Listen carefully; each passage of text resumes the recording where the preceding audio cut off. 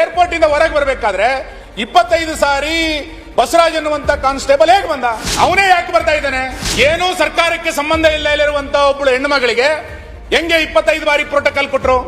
Immigration ಅನ್ನ bypass ಮಾಡ್ಲಿಕ್ಕೆ ಆಗೋದಿಲ್ಲ, ಕಸ್ಟಮ್ಸ್ ನ ಬೈಪಾಸ್ ಯಾಕೆ ರಾಜ್ಯ ಸರ್ಕಾರ ಸುನಿಲ್ ಕುಮಾರ್ ಪ್ರಾಬ್ಲಮ್ ಇದ್ರೆ ದಿನೇಶ್ ಸಹಾಯ ತಗೊಳ್ಳಿ. ಕಸ್ಟಮ್ ಅಧಿಕಾರಿಗಳ ವೈಫಲ್ಯ ಇದೆ ನಾನು ಹೇಳಿದಿನಲ್ಲ, ಇವತ್ತು ಕೇಳಿಸ್ಕೊಳಕ್ ತಯಾರಿಲ್ಲ ಅಂದ್ರೆ ರಾಜ್ಯ ಸರ್ಕಾರ ಪ್ರೋಟೋಕಾಲ್ ಕೊಟ್ಟಿದೆ ಅಂತ ಟೇಬಲ್ ಮಾಡಿ ಹೆಂಗೆ ಖುಷಿ ಬಂದಂಗೆ ಎಲ್ಲರಿಗೂ ಪ್ರೋಟೋಕಾಲ್ ಕೊಡ್ತೀರಾ? ಎಲ್ಲರಿಗೂ ಪೊಲೀಸ್ ಜೀಪ್ ಕೊಡ್ತೀರಾ?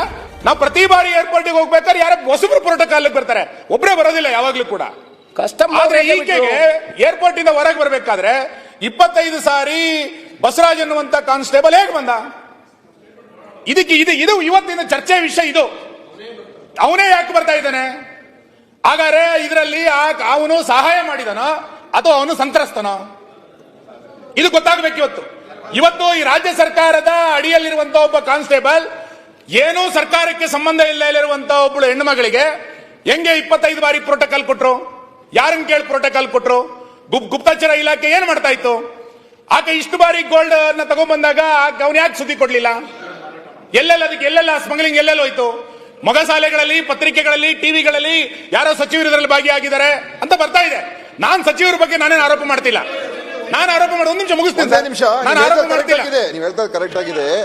ಸೆಂಟ್ರಲ್ ಇಂಟೆಲಿಜೆನ್ಸ್ ಅದೇನ್ ಮಾಡ್ತಾ ಇತ್ತು? ಈಗ ಪ್ರೋಟೋಕಾಲ್ ಬರೋದು ಯಾವಾಗ ಅಂತ ಹೇಳಿದ್ರೆ, ಈಗ ವಿದೇಶಕ್ಕೆ ಹೋದಾಗ ನೀವು ಇಮಿಗ್ರೇಷನ್ ಮುಗಿಸ್ಕೊಂಡ ನಂತರನೇ ಪ್ರೋಟೋಕಾಲ್. ಕಸ್ಟಮ್ಸ್ ಪೂರ್ತಿ ಅದರ ವ್ಯಾಪ್ತಿ ಬರ್ತಕ್ಕಂಥದ್ದು ಕೇಂದ್ರ ಅಧಿಕಾರಿಗಳು, ಕೇಂದ್ರ ಆಡಳಿತ. ಅದ್ರ ಹೊರಗೆ ಬಂದ ನಂತರ ಪ್ರೋಟೋಕಾಲ್ ನಿಮ್ಮನ್ನ ಆ ಒಂದು ಗೇಟ್ ಒಳಗೆ ಕರ್ಕೊಂಡು ಹೋಗೋದಕ್ಕೆ ಮಾತ್ರ. ಇಮಿಗ್ರೇಷನ್ ಸೊ ಸ್ಮಗ್ಲಿಂಗ್ ಆಗಿದ್ರೆ ಅದು ಕಸ್ಟಮ್ಸ್ ಅವ್ರ ಫೇಲಿಯರ್. ಪ್ರೋಟೋಕಾಲ್ ಸಿಕ್ಕಿದ್ರೆ ಮಾಹಿತಿ ಕೊಡ್ತಾ ಇದ್ದೀರಾ, ತಪ್ಪು ಮಾಹಿತಿ. ನೀವು ಗೋಲ್ಡ್ ಇಂದ ಹೋಗಿಲ್ಲ, ಅದಕ್ಕೆ ನಿಮ್ಗೆ ಗೊತ್ತಿಲ್ಲ. ಎಲ್ಲಿ ನಾನು ಹೋಮ್ ಮಿನಿಸ್ಟರ್ ಆಗಿದ್ದೆ ಹೇಳ್ತೀನಿ ಕೇಳಿ. ನೀವು ರೆಗ್ಯುಲರ್ ಏರ್ಪೋರ್ಟ್ ಬರೋದು ಬೇರೆ, ನೀವು ವಿದೇಶದಿಂದ ಬಂದಾಗ ನಿಮ್ಗೆ ಬೇರೆ ರೂಟ್ ಅಲ್ಲಿ ಕರ್ಕೊಂಬರೋದು. ಅಲ್ಲಿ ನೀವು ಎಂಟ್ರೆನ್ಸ್ ಅಲ್ಲೇ ಕಸ್ಟಮರ್ ಇರ್ತಾರೆ, ಅಲ್ಲಿ ಕಸ್ಟಮ್ ಡಿಪಾರ್ಟ್ಮೆಂಟ್ ಅವರು. ನಮ್ಮ ಇಮಿಗ್ರೇಷನ್ ಅಲ್ಲಿ ಒಂದೇ ನಿಮಿಷ, ಅಲ್ಲಿ ಈ ಪ್ರೋಟೋಕಾಲ್ ಅನ್ನು ಹೋಗಿದ್ದಾನೆ. ಅಲ್ಲಿ ಪ್ರೋಟೋಕಾಲ್ ಅವರನ್ನ ಎಸ್ಕೇಪ್ ಮಾಡಿ ಕರ್ಕೊಂಡು ಬಂದಿದ್ದಾರೆ. ಹೋಗಿದೆ ಅಂತ ಹೇಳಿದ್ರೆ ಕಸ್ಟಮ್ಸ್ ಅವರನ್ನ ಬಿಡಬಾರ್ದಾಗಿತ್ತು. ಕಸ್ಟಮ್ಸ್ ಇಲಾಖೆ ಇಮಿಗ್ರೇಷನ್ ಪೂರ್ತಿ ಕೇಂದ್ರ ಸರ್ಕಾರದ್ದು.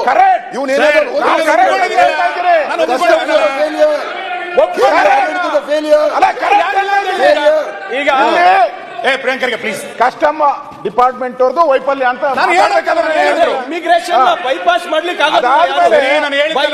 ಬೈ ಲಾ ಇಮಿಗ್ರೇಷನ್ ಅನ್ನ ಬೈಪಾಸ್ ಮಾಡ್ಲಿಕ್ಕೆ ಆಗೋದಿಲ್ಲ, ಕಸ್ಟಮ್ಸ್ ನ ಬೈಪಾಸ್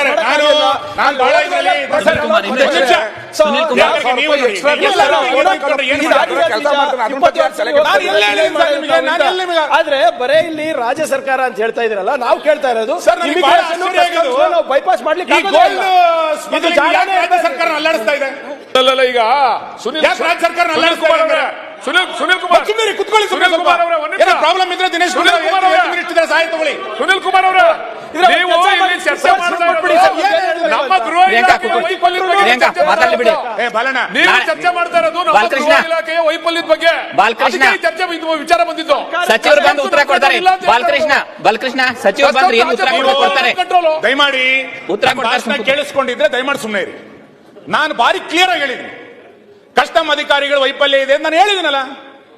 ನೀವು ಅದನ್ನ ಕೇಳಿಸ್ಕೊಳಕ್ ತಯಾರಿಲ್ಲ ಅಂದ್ರೆ ಮಾನ್ಯ ಅಧ್ಯಕ್ಷರೇ, ನಾನು ಹೇಳ್ತಾ ಇರೋದು, ನೀವು ಪ್ರೋಟೋಕಾಲ್ ಆಗರೀಗ ಒಂದು ಕೆಲಸ ಮಾಡಿ, ಯಾವ ಚಲನಚಿತ್ರ ನಟಿಯರಿಗೆ, ಯಾವ ಹೆಣ್ಣು ಮಕ್ಕಳಿಗೆ ರಾಜ್ಯ ಸರ್ಕಾರ ಪ್ರೋಟೋಕಾಲ್ ಕೊಟ್ಟಿದೆ ಅಂತ ಟೇಬಲ್ ಮಾಡಿ ಕೊಡಿ, ಲೀಸ್ಟ್ ಕೊಡಿ.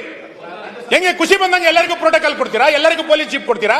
ಸುನಿಲ್ ಅಣ್ಣ, ರಾಜ್ಯ ಸರ್ಕಾರ ಈಗ ಚರ್ಚೆ ನಡೀತಾ ಇರುವಂತದ್ದು ಯಾರು ಬಂದಂತ ಚಿನ್ನ, ಮೊನ್ನೆ ಬಂದಂತ 14 ಚಿನ್ನ ಬಿಡಿ, ಇಲ್ಲಿಯ ತನಕ ಬಂದಂತ ಗೋಲ್ಡ್ ಎಲ್ಲಿಗೋಯ್ತು? ಎಲ್ಲೆಲ್ಲಿಗೋಯ್ತದು? ಇದು ಇವತ್ತು ಚರ್ಚೆ ಆಗ್ಬೇಕಾಗಿರೋಂತ ವಿಷಯ. ಬಸವರಾಜನ ನೀವು ಇಟ್ಕೊಂಡ್ರೆ ಎಲ್ಲೆಲ್ಲಿಗೆ ಹೋಗಿದೆ ಅಂತ ಗೊತ್ತಾಗಲ್ವಾ? ಸಿಬಿಐನವರು ಎಲ್ಲರ ಮೇಲೆ FIR ಮಾಡಿದ್ರೆ ಅದು ಬೇರೆ ವಿಷಯ. ಹಾಗಾದ್ರೆ ಯಾವ ಸಚಿವರು ಯಾರು ಇದರಲ್ಲಿ ಭಾಗವಹಿಸಿದ್ರು ಅಂತೇಳಿ ಸಾರ್ವಜನಿಕವಾಗಿ ಚರ್ಚೆ ಆಗ್ತಾ ಇದೆ.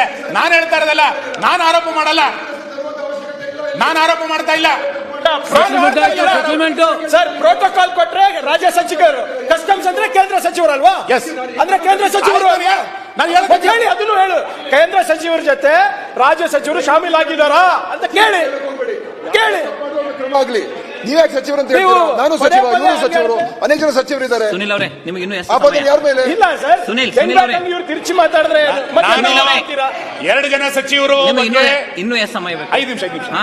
ಮುಗಿಸಿ, ನಾನು ಯಾಕಂದ್ರೆ 2 ಜನ ಇನ್ನೂ ಸಚಿವರ ಬಗ್ಗೆ ಅನುಮಾನ ಅಂತೇಳಿ ಪತ್ರಿಕೆಗಳಲ್ಲಿ ಬರ್ತಾ ಇದೆ ಅಂತ ಹೇಳಿದೆ. ಇವರಿಬ್ರು ಯಾಕೆ ಹಿಂಗೆ ಎದ್ದು ಕುಣಿತಾ ಇದಾರೆ ನನ್ಗೆ ಗೊತ್ತಾಗ್ತಿಲ್ಲ. ನಾನು ಹೇಳ್ತಾ ಇಲ್ಲ, ನಾನೆಲ್ಲ ಹೇಳಿದ್ದೀನಿ ಸರ್? ನಾವು ಮಂಡಿಸ್ತಾ ಇದ್ವಿ. ನಾನು ಹೇಳಿದ್ದೇನು ನೀವು ಅಂತಂದ್ರೆ ಆ ಹೇಳಿ, ಬಂದಂತ 14 ತನಿಖೆ ಕೆಜಿ ಗೋಲ್ಡ್ ಬಿಡಿ, ತಪ್ಪಿಸ್ತಾರೆ, ಹಿಡಿಬೇಕು, ಅದನ್ನ ಹೇಳಿ. 24 ಬಾರಿ ಬಂದಂತ ಗೋಲ್ಡ್ ಯಾವ ಮನೆಗೆ ಹೋಯ್ತು, ಎಲ್ಲಿ ಅದು ಆಯ್ತು? ಪ್ರೋಟೋಕಾಲ್ ಕೊಟ್ಟಿದ್ದಾರೆ ಅಂತಂದ್ರೆ ಯಾರು ಸಚಿವರು ಅದರಿಂದ ಇದ್ರು, ಯಾವ ಹಿರಿಯ ಅಧಿಕಾರಿ ಅದರಿಂದ ಇದ್ರು? ಇದು ಇವತ್ತು ರಾಜ್ಯದ ಜನರ ಪ್ರಶ್ನೆ. ಇದು ಗೊತ್ತಾಗಬೇಕಾಗಿದೆ. ಸದನ ನಡೀತಾ ಇರ್ಬೇಕಾದ್ರೆ ಈ ಘಟನೆ ನಡೆದಾಗ ವಿರೋಧ ಪಕ್ಷವಾಗಿ ನಾವು ಇದನ್ನ ಕೇಳಂಗಿಲ್ಲೇನೋ? ಎಲ್ಲೋಗಿದೆ ಅಂತ ಚರ್ಚೆ ಬಾರಿ ಅವ್ರ ಹಂಗೆ ಇವ್ರ ಹಿಂಗೆ ಅಂತೇಳಿ ದಿನಕ್ಕೊಂದು ಬಾರಿ ಸಾರ್ವಜನಿಕವಾಗಿ ಚರ್ಚೆ ನಡೀತಾ ಇರ್ಬೇಕಾದ್ರೆ ಕೇಳಬೇಕು ಎಲ್ಲೋಗಿದೆ ಅಂತ.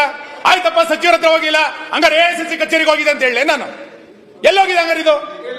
ಎಲ್ಲರ ಕಡೆ ಹೋಗಿಲ್ಲ ಬೇಕಲ್ಲ, ಎಲ್ಲೋಗಿದೆ ಅಂತ ಗೊತ್ತಾಗಲ್ಲ. ಹೋಗಿದ್ಯಾ? ಇದು ಗೊತ್ತಾಗಲ್ಲ, ಇಲ್ಲ. ಎಲ್ಲಿ ಚರ್ಚೆ ನಡೆಯುತ್ತೆ? ಇದು ನೋಡಿ, ದಯಮಾಡಿ ನೀವು ಮಾನ್ಯ ಅಧ್ಯಕ್ಷರೇ, ಸುನಿಲ್ ಅವರೇ, ನಾನು ಭಾರಿ ಸ್ಪಷ್ಟವಾಗಿ ಹೇಳ್ತಾ ಇದ್ದೇನೆ. ನಾನು ಯಾರ ಮೇಲೆ ಆರೋಪ ಮಾಡ್ತಾ ಇಲ್ಲ. ಲೋಪ ಆಗಿರೋದೆಲ್ಲ ಮತ್ತೆ ಸಾರ್ವಜನಿಕವಾಗಿರುವಂತಹ ಅನುಮಾನಗಳನ್ನ ದಯಮಾಡಿ ಕ್ಲಿಯರ್ ಮಾಡಿ. ಅದು ಕೇಂದ್ರ ಸರ್ಕಾರ ಇರ್ಬೋದು, ರಾಜ್ಯ ಸರ್ಕಾರ ಇರ್ಬೋದು, ಕೇಂದ್ರ ಸರ್ಕಾರ ಇರ್ಬೋದು, ರಾಜ್ಯ ಸರ್ಕಾರ ಇರ್ಬೋದು. ಇದೊಂದು ಗ್ಯಾಂಬ್ಲಿಂಗು, ಇದೊಂದು ಸ್ಮಗ್ಲಿಂಗು. ನಮ್ಮ ರಾಜ್ಯ ಚಿನ್ನ ಕಳ್ಳ ಸಾಗಾಣಿಕೆಯ ಕೇಂದ್ರ ಬೆಂಗಳೂರು ಆಗಬಾರದು. ಇದಕ್ಕಿರುವಂತ ಅನುಮಾನಗಳನ್ನ ದೂರ ಮಾಡಿ, ದಯಮಾಡಿ ಇದನ್ನ ಪತ್ತೆ ಮಾಡಿ ಎನ್ನುವಂತ ನನ್ನ ಆಗ್ರಹ. ಕೇಂದ್ರ ಸರ್ಕಾರ ನಿಲ್ಲಿಸಬೇಕಾಗಿರೋದು, ಕೊನೆಯದು ಮಾನ್ಯ ಅಧ್ಯಕ್ಷರೇ, ನಿಲ್ಲಿಸಬೇಕಾಗಿರೋದು ಮಾನ್ಯ ಕೇಂದ್ರ ಅಧ್ಯಕ್ಷರೇ, ಸರ್ಕಾರ. ಅಲ್ಲಿಂದ ಒಳಗ್ ಬಂದ್ಮೇಲೆ ನಮ್ಮ ರಾಜ್ಯ ಪೊಲೀಸು ಮಾನ್ಯ ನೀವು ಮಾನ್ಯ ಏರ್ಪೋರ್ಟ್ ಅಲ್ಲಿ ಅಧ್ಯಕ್ಷರೇ, ಕಳ್ಳರನ್ನ, Next, ಮಹೇಶ್ ನಿಮ್ಮ ತೆಂಗಿನಕಾಯಿ. ಕೇಂದ್ರದ ಕಳ್ಳರನ್ನ ಕೊನೆಯದು, ಹಿಡಿದ್ರೆ ಕೊನೆಗೆ ಅದೇ ದುಡ್ಡಿರ್ಬೇಕು. ಮೊದಲು ನಿಮ್ಮ ಲೋಪ ಅದು. ನಿಮ್ಮಿಂದ ಆಗಿರ್ತಕ್ಕಂಥ ಲೋಪನ ಅವ್ರ ಆದ್ಮೇಲೆ. ಕರ್ನಾಟಕ ಪೊಲೀಸವ್ರ ಮೇಲೆ ಯಾಕೆ ಹಾಕ್ತೀರಾ? ಮಹೇಶ್ ಅವರು ತೆಂಗಿನಕಾಯಿ. ಕಳ್ತನ ಮಾಡ್ಕೊಬರಕ್ ಹೋಗಿದ್ರಾ? ಸುನಿಲ್ ಕುಮಾರ್ ಅದೇ ಕಳ್ತನ ಮಾಡಕ್ ಮಹೇಶ್ ಕರೆದಿದ್ದೀವಿ. ಮಾನ್ಯ ಅಧ್ಯಕ್ಷರೇ, ಲಾಸ್ಟ್ ಪಾಯಿಂಟ್ ಮುಗಿಸ್ಬಿಡ್ತೀನಿ. ಮಾನ್ಯ ಅಧ್ಯಕ್ಷರೇ, ನಾವೆಲ್ಲ ರಾಜಕಾರಣಿಗಳಿದ್ದೀವಿ, 224 ಜನ ಶಾಸಕರಿದ್ದೀವಿ. ನಮ್ಮ ಹೆಸರು ಉಂಟಲ್ಲಿ. ಸಾರ್ವಜನಿಕವಾಗಿ ಗೌರವದಿಂದ ಕೆಲಸ ಮಾಡ್ತಾ ಇರುವಂತ ನಾವೆಲ್ಲರೂ ಕೂಡ. ಅಧ್ಯಕ್ಷ, ಈ ಸರ್ಕಾರದಲ್ಲಿ ನಿನ್ನೆ ಮೊನ್ನೆಯಿಂದ ಹನಿ ಟ್ರ್ಯಾಪಿನ ಬಗ್ಗೆ ಸುದ್ದಿ ಆಗ್ತಾ ಇದೆ. ಯಾರು ಇದಕ್ಕೇನು ಒಂದು ಸಾರ್ವಜನಿಕ ವ್ಯವಸ್ಥೆಯಲ್ಲಿ ಗೌರವದಿಂದ ಬದುಕೋದು ಬೇಡವಾ? ಯಾರ ಬಗ್ಗೆ ಯಾರು ಹನಿ ಟ್ರ್ಯಾಪ್ ಮಾಡ್ತಾ ಇದ್ದಾರೆ ಅಂತಂದ್ರೆ ಏನ್ ಪರಿಸ್ಥಿತಿ ಇದು? ಇವತ್ತು ಸುದ್ದಿ ಓಡಾಡ್ತಾ ಇರೋದು, ಸುದ್ದಿ ಹರಿದಾಡ್ತಾ ಇರೋದು ನೋಡಿದ್ರೆ ಸಾರ್ವಜನಿಕ ಬದುಕೇ ಬೇಡ ಅನ್ನುವಷ್ಟರ ಮಟ್ಟಿಗೆ ಇವತ್ತು ಸುದ್ದಿಗಳು ಹರಿದಾಡ್ತಾ ಇದೆ. ಹಾಗಾದ್ರೆ ಈ ಸರ್ಕಾರಕ್ಕೊಂದು ಜವಾಬ್ದಾರಿ ಇಲ್ಲೇನು? ವಿರೋಧಿಗಳನ್ನ, ತನ್ನ ಪಕ್ಷದಲ್ಲಿರುವಂತಹ ಪ್ರತಿಸ್ಪರ್ಧಿಗಳನ್ನ ಹತ್ತಿಕ್ಕಬೇಕು ಅನ್ನುವ ಕಾರಣಕ್ಕೋಸ್ಕರ ಯಾವ ಲೆವೆಲ್ಗೆ ಬೇಕಾದ್ರೆ ಹೋಗ್ಬೋದಾ? ಸರ್ಕಾರವೇ ಹನಿ ಟ್ರ್ಯಾಪ್ ಫ್ಯಾಕ್ಟರಿ ಇಟ್ಕೊಂಡ್ರೆ ಯಾರಿಗೆ ಬುದ್ಧಿವಾದ ಹೇಳ್ತೀರಿ ನೀವು? ಯಾರಿಗೆ ಉಪದೇಶ ಮಾಡ್ತೀರಿ? ಇವತ್ತು ಇದ್ರ ಬಗ್ಗೆ ಒಂದು ಸಮಗ್ರವಾದಂತ ಗೃಹ ಇಲಾಖೆ ಒಂದು ಕ್ರಮವನ್ನ ತೆಗೆದುಕೊಳ್ಳಬೇಕಾದ್ರಿಂದ ಯಾರಿದ್ದಾರೆ ಅನ್ನೋಂಥ ಪ್ರಶ್ನೆ. ಆಮೇಲೆ ಸಾರ್ವಜನಿಕ ಬದುಕು ಎಲ್ಲರಿಗೂ ಒಂದು ಬದುಕದು. ಇಂಥ ಸಾರ್ವಜನಿಕ ಬದುಕನ್ನ ಇಂಥ ಅಸಹ್ಯವಾದಂತಹ ಚಟುವಟಿಕೆಗಳಿಗೆ, ರಾಜಕಾರಣಗಳಿಗೆ ಬಳಸಬೇಡ ಯಾರಾಗಲಿ. ಸರ್ಕಾರಕ್ಕೆ ಅದು ಇನ್ಯಾವುದೋ ವ್ಯಕ್ತಿಗಳಿಗೆ, ವಿರೋಧಿಗಳನ್ನ ಹತ್ತಿಕ್ಲಿಕ್ಕೆ ಅಥವಾ ಸ್ವಪಕ್ಷೀಯರನ್ನ ಹತ್ತಿಕ್ಲಿಕ್ಕೆ ಬೇರೆ ಮಾರ್ಗ ಇಲ್ಲೇನು? ಇದಕ್ಕೆ ಇನ್ಯಾರೋ ಕೈವಾಡ ನನಗೆ ಗೊತ್ತಿಲ್ಲ. ಇಂಥ ಪರಿಸ್ಥಿತಿ ಇವತ್ತು ಹರಿದಾಡ್ತಾ ಇರೋದು ನೋಡಿದಾಗ ಒಂದು ಆಶ್ಚರ್ಯ ಆಗಿದೆ. ಎಲ್ಲರೂ ಇದಕ್ಕೆ ಒಂದು ಧ್ವನಿಯಿಂದ ಕೈ ಜೋಡಿಸಬೇಕಾಗಿರೋದು. ಇವತ್ತು ಯಾರೋ ಒಬ್ಬರ ಮೇಲೆ ನನಗೆ ಅವ್ರ ಮೇಲೆ ಸರಿ ಇಲ್ಲ ಅಂತೇಳಿ ಇನ್ನೊಂದೇನೋ ಮಾಡ್ತೀನಿ ಅಂತ ಹೊರಟ್ರೆ ಏನ್ ಹಿಡಿದು ಕೊಟ್ಟಿದ್ದೀರಿ ರಾಜ್ಯನ ನೀವು? ಆಯ್ತು, ಮುಗಿಸ್ತೀನಿ.